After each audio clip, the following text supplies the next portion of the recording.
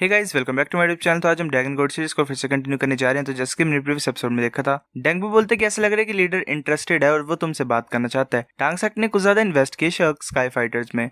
ऐसा बोला जाता है कि शर्क और टांग सेक्ट एक है। जॉनी बोलता वाओ। तो एपिसोड नंबर 106 की स्टार्टिंग होती है। हम बता जाते कि 1000 ऑफ ईयर्स पहले शर्क और टांग सेक्ट को डिस्ट्रॉय कर दिया था डार्क स्पिरिट्स ने। तब 7 लेजेंड थे शर्क के, उन्होंने रिबिल्ड किया और टांग सेक्ट को भी दोबारा लाइफ में ले आए। जो पीरियड था वो बहुत ज्यादा फेमस है अभी भी इस टाइम पे। तब जो हेडमास्टर था टांग सेक्ट का और जो लीडर था सी गॉड का, वो सेम पर्सन थे। जो स्टैचू है शर्क एकेडमी में वो उसी के लिए बनाया गया, जिसका नाम था टांग वुलिन, और वही ड्रैगन एम्परर है। वेल गाइस, मेरे को लगता है कि टांग वुलिन और वो जो है हमारा सिंगर वो सेम ही है और ये ज़ुआनियो का फादर है। हे ये वेल साउलैंड 3 का हीरो है। इसको कंटिन्यू करेंगे गाइस। इसके बाद फिर ऐसे कोई भी लिफ्ट्स नहीं थे तो उन्हें स्टेयर्स यूज करने पड़ी। वो सेकंड फ्लोर में पहुंच के डेंगबू ने एक रूम में ले गया।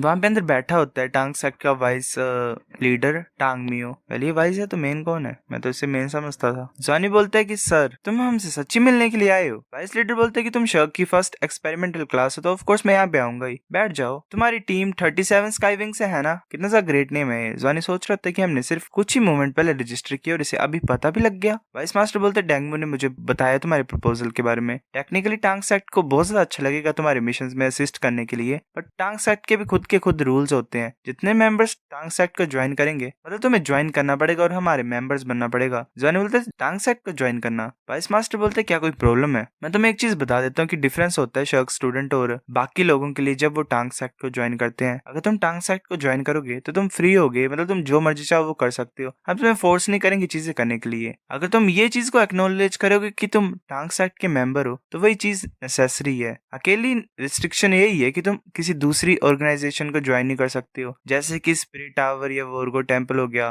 पर तुम मिलिट्री को ज्वाइन कर सकते हो। तुम्हारे पास टांग सेक्ट का सपोर्ट होगा पूरी तरह से। अगर टांग सेक्ट डिस्ट्रॉय नहीं होगा तो तुम्हें हमारी तब तक हेल्प मिलेगी। मतलब अगर टांग सेक्ट डिस्ट्रॉय हो जाएगा तो तुम्हें मदद करनी पड़ेगी यहाँ के लोगों की भी, जब चाहिए होगी हमें हेल्प। तो तुम्हें क्या लगता है ये कंडीशंस अच्छी हैं? मतलब ऐसा सोच रहे हैं ना तुम, कुछ ज्यादा अच्छी हैं? जॉनी बोल रहा था हाँ कुछ ज्यादा अच्छी हैं। तो वाइस मास्टर बोलता है कि बात यही है कि तुम समझ नहीं पा रहे कि कितना ज्यादा क्लोज है शर्क और टांग सेक्ट एक दूसरे से। तुम ऐसा सोच सकते हैं एक तरह से कि टांग सेक्ट और शर्क एक ही है। हम दो बर्ड्स है सेम ही फेदर के। हम एक दूसरे के लिए देखते ही हैं, मतलब एक दूसरे का ख्याल रखते ही हैं। टांग सेक्ट और शर्क काफी ज्यादा मुश्किल सिचुएशन में एक साथ ही रहते थे। ऐसे पूरे टाइम हम ऐसे रहे हैं। पूरी हिस्ट्री जो है टांग सेक्ट और शर्क की, काफी टाइम ऐसा था कि उन दोनों जगह उनका जो लीडर है वो सेम ही रहा। तुम अब समझ रहे हो कि कैसा बॉन्ड है हम दोनों के बीच में? जॉनी बोलता है कि हाँ मैं समझ रहा हूँ सर, पर ये कंडीशंस कुछ ज्यादा अच्छी हैं, हम तो बिलीव भी नहीं कर पा रहे हैं। फिर हम बताया जाता है कि जो कन्वर्सेशन हुई लांजवानियो की, लांजवानियो सरप्राइज था कि सीनियर जो चाहते थे कि वो बेस्ट करे अपना, मतलब जॉनियो और उनकी टीम। जैसे कि टांगमियो का सजेशन था, लांजवानियो वापस चला गया ताकि वो इस ऑफर के बारे में अपने टीचर से बात कर सके। अपना डिसीजन लेने से पहले वो टीचर्स को पूछना चाहता था। जॉनी बोलते जुजू तुम्हें कैसा लगता है, मतलब क्या लग रही है ये सिचुएशन? भाई जुजू बोलती है कि मुझे लगता है कि टांग सेक्ट को ज्यादा हमें ऊंचा समझ रहा है। एक तरह से उन्होंने हमसे कुछ ज्यादा उम्मीदें लगाई हुई हैं। वो एक तरह से हमें इन्वेस्ट ही कर रहे हैं। जॉनी बोलता है ऐसा लग रहा है कि वो ऐसा सोच रहे हैं कि हम इनर कोर्ट में जा सकते हैं। ऑनेस्टली अगर बात की जाए तो मैं भी इनर कोर्ट में जाना चाहता हूँ और देखना चाहता हूँ कि वो है कैसा। भाई जुजू बोलते कि हम डेफिनेटली वहां पे जाएंगे। फिर ऐसे लांजवानियो वापस अकेडमी में चला गया और उसने टांग ज़ेनहो को फाइंड किया।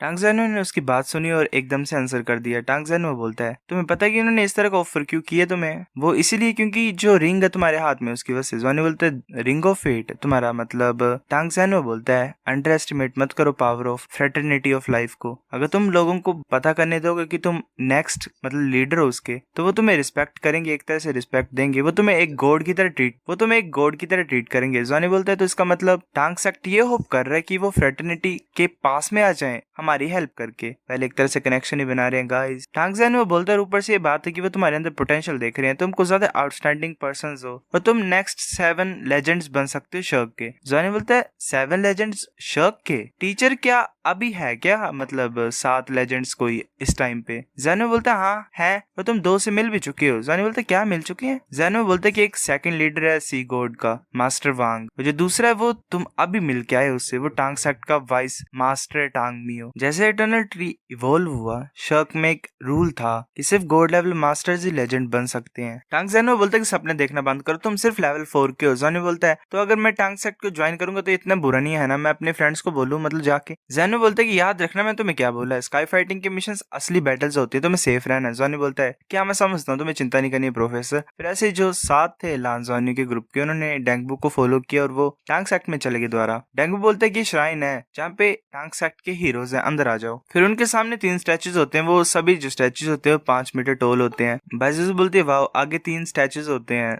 ज़ेनो सोच रहे थे टांग सेक्ट के फाउंडर्स हैं, जो मोस्ट इंपोर्टेंट पीपल है टांग सेक्ट की हिस्ट्री में। मैं फेंट और अबनॉर्मल फ्लक्चुएशन फील कर पा रहा हूँ अपनी स्पिरिट में इनको देख के। तभी एक पर्सन वहां पे आ जाता है, वो बोलता है कि मैं वाइस मास्टर हूँ टांग सेक्ट का और रेक्टर हूँ मैंग फी स्काई फाइटिंग डिपार्टमेंट का। मैं तुम्हारा वेलकम करता हूँ टांग सेक्ट में। ज़ेनो से ग्रीट करता है, मतलब सभी ग्रीट करते हैं। वो पर्सन बोलता है कि हम फैमिली हैं, अब तुम्हें ऐसा करने की कोई जरूरत नहीं है। मैं तुम्हें रूल्स बताऊंगा टांग सेक्ट के, ध्यान से सुनना और याद करना उन्हें। फिर हम बताया जाता है कि टांग सेक्ट के कुछ ज्यादा स्ट्रिक्ट रूल्स थे। लान ज़ेनो और उसके फ्रेंड्स ने सब याद कर लिए। वाइस लेटर बोलते हैं कि ये रूल्स थे, अब जो फाउंडर्स हैं टांग सेक्ट के उनके सामने झुको। वो ऐसे झुकते हैं। टांग सेक्ट का जो वाइस मास्टर होता है वो बोलते हैं जो सेरेमनी है वो कंप्लीट होती है, अब से तुम टांग सेक्ट के मेंबर्स हो। टांग सेक्ट के बिहाफ में हम तुम्हें वेलकम करते हैं, प्लीज वहीं पे रुको जहाँ पे तुम हो, नीचे बैठ जाओ, रिसीव करो। ज़ेनो सोच रहे थे ब्लेसिंग, वो बैठ जाते हैं। तभी ज़ेनो के जो माइंड में वेल वोटेक्स घूम रहा होता है। ज़ेनो सोच रहे थे क्या ये कौन है, सीने डीटियान, वेल उसे डीटियान दिखाई दे रहा होता है अपने माइंड में। डीटियान बोलता है कि माय लॉर्ड तुम टांग सेक्ट में हो है ना। ज़ेनो बोलता है कि तुम जाग रही हो, मैं तो भूल ही गया था तुम्हारी एग्जिस्टेंस के बारे में। डीटियान बोलता है तुम्हें चिंता नहीं करनी है, चाहे मैं कोमा में भी क्यों ना हूँ, मैं तुम्हारी हेल्प कर सकता हूँ जब तुम डेंजर में होगे।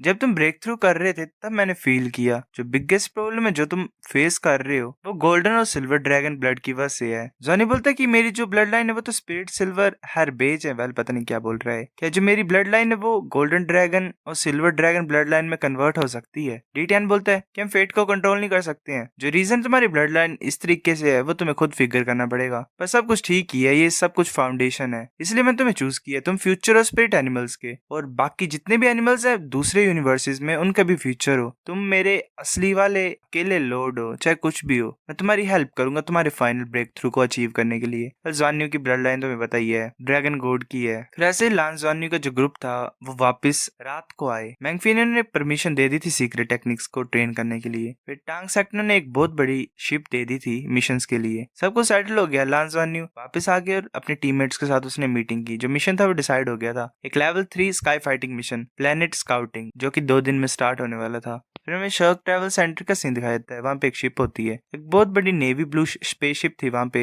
शर्क के पार्किंग लॉट में। डेंगबू वहाँ पे होता है और बोलते तुम्हें कैसा लगता है, मतलब कैसी लग रही है ये इंटरस्टर्नल क्रिस्टल स्पेसशिप, ये लास्ट शिप से ज्यादा अच्छी है ना। इन्हें तुम्हें 4 एंटी मैटर मिसाइल लॉन्चर्स भी दिए हैं, पर ये होप करते हैं हम कि हम उसे यूज ना करें, क्योंकि वो जो चीजें होती हैं वो एक प्लेनेट को भी डिस्ट्रॉय कर सकती हैं। जिन भी प्लेनेट्स को वो टच करेंगे वो डिस्ट्रॉय हो जाएंगे। ज़ेनो बोलता वाह ये तो कुछ ज्यादा कूल है। डेंग बोलता ध्यान से सुनो, जो शिप है वो टांग सेक्ट की लेटेस्ट टेक्नोलॉजी से इक्विप्ड है, अगर हम किसी सीरियस ट्रबल में होंगे तो शिप को डिस्ट्रॉय करना पहले, ठीक है, एनिमी के हाथ में मत पड़ने देना शिप को। ज़ेनो बोलता है ठीक है ठीक है। फिर ऐसे लान ज़ेनो बाकी शिप में चले गए और उन्होंने अपना सेकंड मिशन स्टार्ट कर दिया। ज़ेनो बोलता है अब से जो शिप है ये अब हमारी है, हम गैंग है पायरेट 33 स्काई विंग्स पायरेट, मैं लीडर हूँ तुम्हारी गैंग का, कोई प्रॉब्लम है क्या इसमें, हम पायरेट्स हैं तो हम कुछ पायरेट वाला स्टफ करेंगे। बाकी बोलते किस तरह का स्टफ। ज़ेनो बोलते कि मैं काफी टाइम से सोच रहा था कि काफी सारी चीजें गल जा सकती हैं, जो अर्निंग थी इस मिशन में वो काफी नहीं होगी, हमारी शिप के मेंटेनेंस के लिए भी काफी नहीं होगी। एक पर्सन होता है क्लास का, वो बोलता है कि तो हम क्या करें। ज़ेनो बोलता है कि हम पायरेट करेंगे, ऑब्वियस सी बात है, हम कलेक्ट करेंगे मटेरियल्स को जिसकी वजह से हम रैंक 2 का सूट बना सकें। वेल एक तरह से चोरी करने लगे हैं ये। फिर ऐसे ही जो 33 स्काई विंग्स थे उन्होंने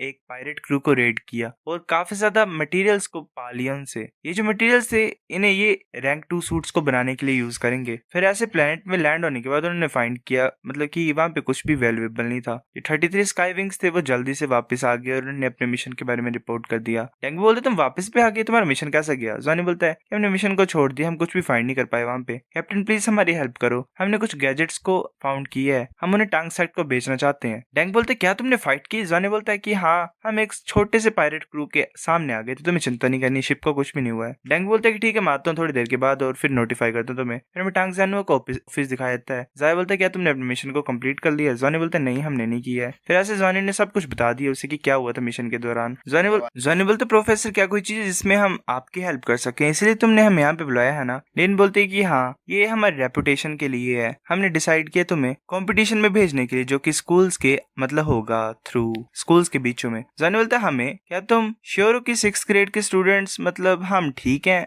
फाइटिंग के लिए। डीन बोलती है कि वो हैं जो ये इस आइडिया को सजेस्ट कर रहे हैं, उन्होंने मेरे से इस बारे में बात की है, वो चाहते हैं तुम्हें एक बार फिर से चैलेंज करना ताकि वो अपनी डिफीट को ठीक कर पाए, एक तरह से मतलब जीत पाए एक बार। शायद सीनियर्स फाइट कर रहे हैं इनसे। डीन बोलती है कि जो विनर्स होंगे वो रिप्रेजेंटेटिव होंगे कंपटीशन में, वो ग्रेट ऑनर होगा एक तरह से। जॉनी बोलता है कि हम ऑनर्ड है एकेडमी की रेपुटेशन के लिए फाइट करने के लिए, पर हम अभी भी अपने मिशंस को कंप्लीट कर रहे हैं, स्काई फाइटिंग मिशंस को। डीन बोलती है कि कुछ नहीं होता, अगर तुम बैटल्स को जीत जाओगे 6th ग्रेड के अगेंस्ट में, तो तुम्हारा जो मिशन होगा वो एक लेवल से आसान कर दिया जाएगा। अगर तुम दूसरे स्कूल की टीम को हरा दोगे तो तुम्हारा जो मिशन होगा वो 3 लेवल से आसान कर दिया जाएगा। सनी बोलते ये तो कुछ ज्यादा अच्छा है, इसका मतलब कि हमें सिर्फ लेवल 4 मिशन को चूज करना पड़ेगा, ये तो नाइस है। पहले एक तरह से नॉर्मल सी बात है कि पहले सीनियर से फाइट करेंगे तो इनका डिफिकल्टी लेवल कम हो जाएगा, और अगर दूसरे टीम के अगेंस्ट में जीतेंगे दूसरे स्कूल की तो और ज्यादा कम हो जाएगा। तो गाइस एपिसोड नंबर 106 इतना था। अगर आपको वीडियो पसंद तो लाइक करनी, बेफिक्र लाइक कर दो, शेयर कर दो, साथ कमेंट करके बताओ। अगर आपको वीडियो कैसी लगी सब्सक्राइब करो। तब तक के लिए बाय।